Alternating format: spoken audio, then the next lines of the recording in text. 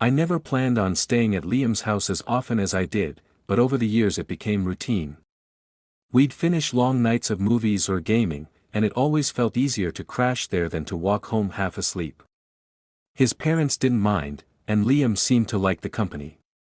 For me, it was a comfortable pattern, safe and predictable, or so I thought. The first time I noticed Daniel differently, I told myself it was nothing. He was Liam's older brother, 3 years ahead of us, and already seemed to live in another world entirely. Where Liam was playful and light-hearted, Daniel carried himself with a quiet, deliberate confidence. He was studying law, always on his way to the gym, often half distracted by something on his phone. Yet there were moments, when he passed by the living room after a workout, or when his laugh echoed down the hallway, that I found myself watching him longer than I should have. I excused it as harmless admiration. Daniel was out of reach, after all. Everyone knew he was in a serious relationship, the kind of partnership people assumed would last. Besides, he was Liam's brother, my best friend's brother. Crossing that line would never be an option. At least, that's what I told myself each time the thought crossed my mind. That night started like any other. Liam and I had ordered takeout, the remnants of greasy cartons still littered on the coffee table. We laughed until our sides hurt at a terrible action movie, then the fatigue set in. By midnight, Liam was fighting sleep. He gave up first, muttering something about me raiding the fridge if I got hungry, before stumbling toward his bedroom upstairs. I assumed I'd follow soon after, but Daniel walked in just then, hair still damp from a shower, a plain white t-shirt clinging to him. He didn't seem surprised to see me still awake. Instead, he tilted his head slightly, offering that practiced half-smile that always seemed to carry more weight than it should. "Still up?" he asked, moving toward the kitchen. "Couldn't sleep yet," I said, my voice steadier than I felt. "Figured I'd grab some water first." Daniel poured himself a drink, then leaned against the counter, studying me with the kind of attention that made the room feel smaller. It wasn't an intrusive stare, but it lingered, curious, measured, almost as if he was waiting for me to reveal something. "You're here a lot," he remarked, not unkindly. "Liam must keep you busy." I laughed lightly, brushing off the tension. "Yeah, he hates being alone for too long. I think I'm more like background noise than company at this point." Daniel's lips curved into a smirk. "He's lucky, then. Most people don't have friends who stick around like that." Something in his tone caught me off guard, gentler than I expected. My chest tightened, but I kept my response casual. "It's no big deal. He's been my best friend for years." For a few moments, silence stretched between us, broken only by the faint hum of the refrigerator. Daniel shifted closer, close enough that I caught the faint scent of his cologne. I told myself it didn't matter, that it was just proximity, nothing more. Yet every nerve in my body registered his nearness. That he reached past me to grab another glass from the cupboard, and his arm brushed mine. The contact was light, almost incidental, but deliberate enough to leave me unsettled.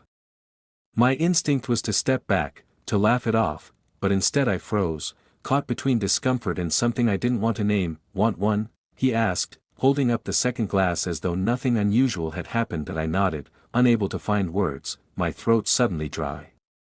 He poured water for both of us, then handed me a glass, his fingers brushing mine longer than necessary.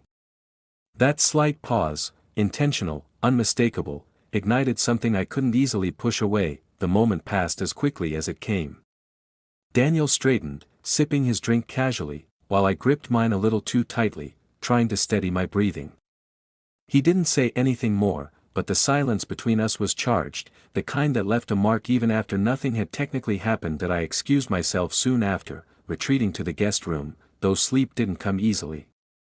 My mind replayed the smallest gestures, the brush of his arm, the weight of his gaze, the subtle pressure of his fingers against mine. None of it should have mattered. None of it should have meant anything, and yet, lying there in the quiet, I knew it already did.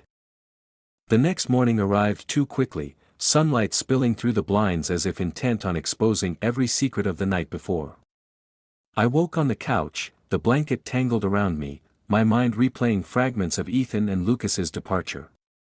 Their voices, their touch, their presence lingered like an echo I could not silence. For a moment, I closed my eyes and let myself drift back into that memory, but the weight of reality pressed harder. Michael would be home in 2 days, the thought landed like a stone in my chest. I had betrayed him, not in thought or fleeting fantasy, but in action. I had crossed a line that could never be uncrossed.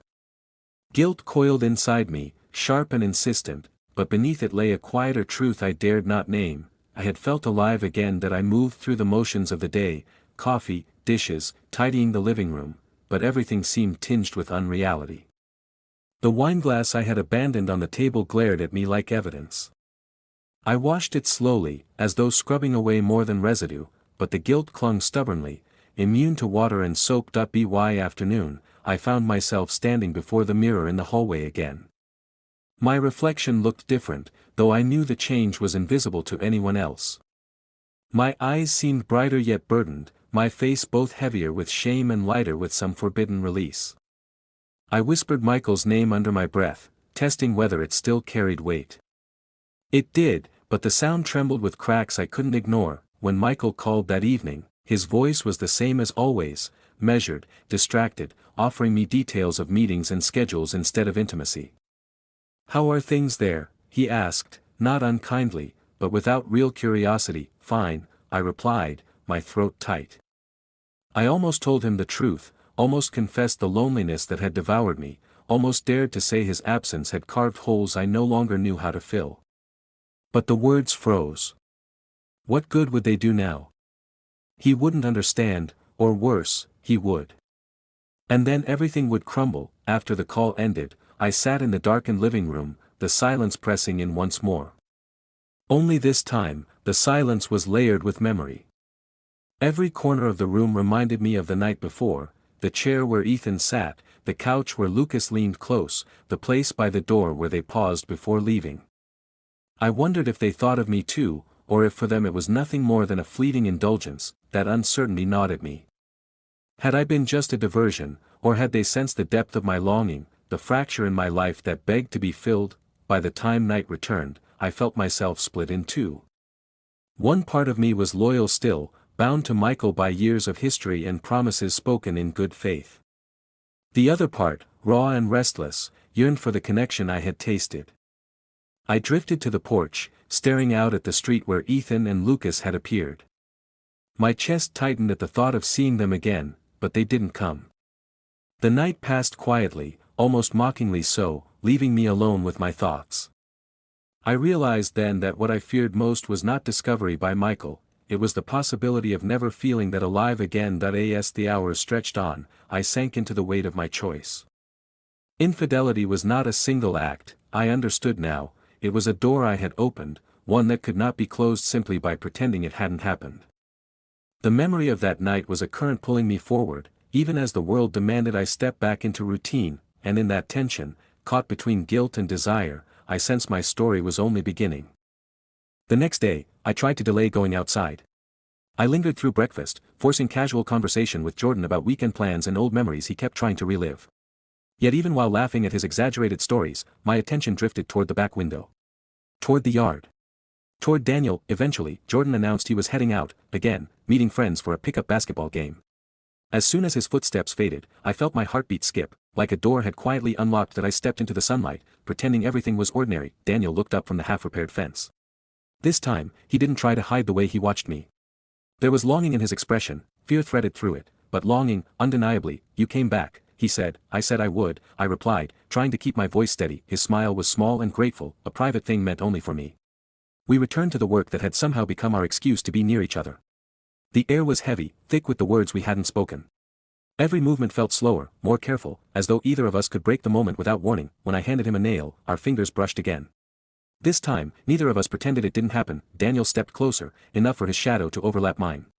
He didn't touch me, not yet, but his nearness was a question waiting for an answer. His chest rose with a measured inhale, his eyes fixed on mine, searching for permission, forgiveness, or maybe courage. "I shouldn't," he started, voice low. "But you want to," I finished for him, barely above a whisper. That he closed his eyes, like hearing it aloud made temptation real. "Ethan," he breathed, my name becoming a confession. "You're so young. You're his best friend." And he stopped before saying the word broken, but I understood that. I shook my head slowly. You're just someone who doesn't want to feel alone anymore. The truth settled between us like a fragile promise that he reached up, calloused fingers brushing dirt from my jaw, an innocent gesture turned intimate. His thumb lingered near my mouth, tracing the edge of something neither of us could deny any longer.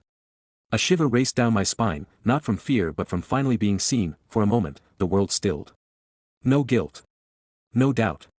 Just the two of us suspended in a space where right and wrong blurred, then the back door slammed that we jumped apart instantly. Jordan walked toward us, wiping sweat from his forehead, talking about how he'd forgotten his water bottle. His voice cut through the tension like a blade. I tried to breathe normally, but my chest felt tight with panic and disappointment. Daniel stiffened, mask returning. Good game, he asked, tone neutral, practiced. Jordan narrowed his eyes slightly, glancing between us. I wondered if he sensed the invisible line we'd been dancing around. I feared he saw everything, every look, every secret held too close, that he took the bottle and headed back inside, muttering something about meeting the guys again later. But suspicion lingered in his stare. When the door clicked shut, Daniel exhaled shakily, running a hand through his hair. This can't happen, he said, voice strained. We can't let him get hurt. The warning stung, even though I agreed with him. I know, I replied. But that doesn't make it easier. His eyes softened with regret. You deserve someone your own age. Someone who can love you without destroying anything. I stepped closer, heart pounding. I didn't choose who I see. Who I feel drawn to. My voice cracked slightly. I didn't choose you. He looked at me then, really looked, and the sorrow in his gaze felt like a goodbye we weren't ready for. That we stood silently in the unfinished yard, breathing the same air but separated by everything that mattered. Daniel reached out, hesitating before placing his hand briefly on the back of my neck, a gentle hold filled with 1,000 unspoken apologies. Thank you for helping, he whispered. Not just out here. The touch vanished before I could lean into it. He turned away, shoulders tight with the effort of restraint that I took a step back, absorbing the finality. The yard was nearly fixed now, neat, clean, restored. But we were not. Later, alone in my room, I stared at the blank ceiling once again, feeling both full and hollow. We hadn't done anything unforgivable. Not technically. But the betrayal already lived inside us, breathing, undeniable that I didn't know what tomorrow would bring. Whether I'd stay. Whether I'd leave. Whether Daniel would look at me again the way he had beneath the sun. But I knew one thing with absolute clarity: some lines, once crossed, even only in the heart, can never be erased.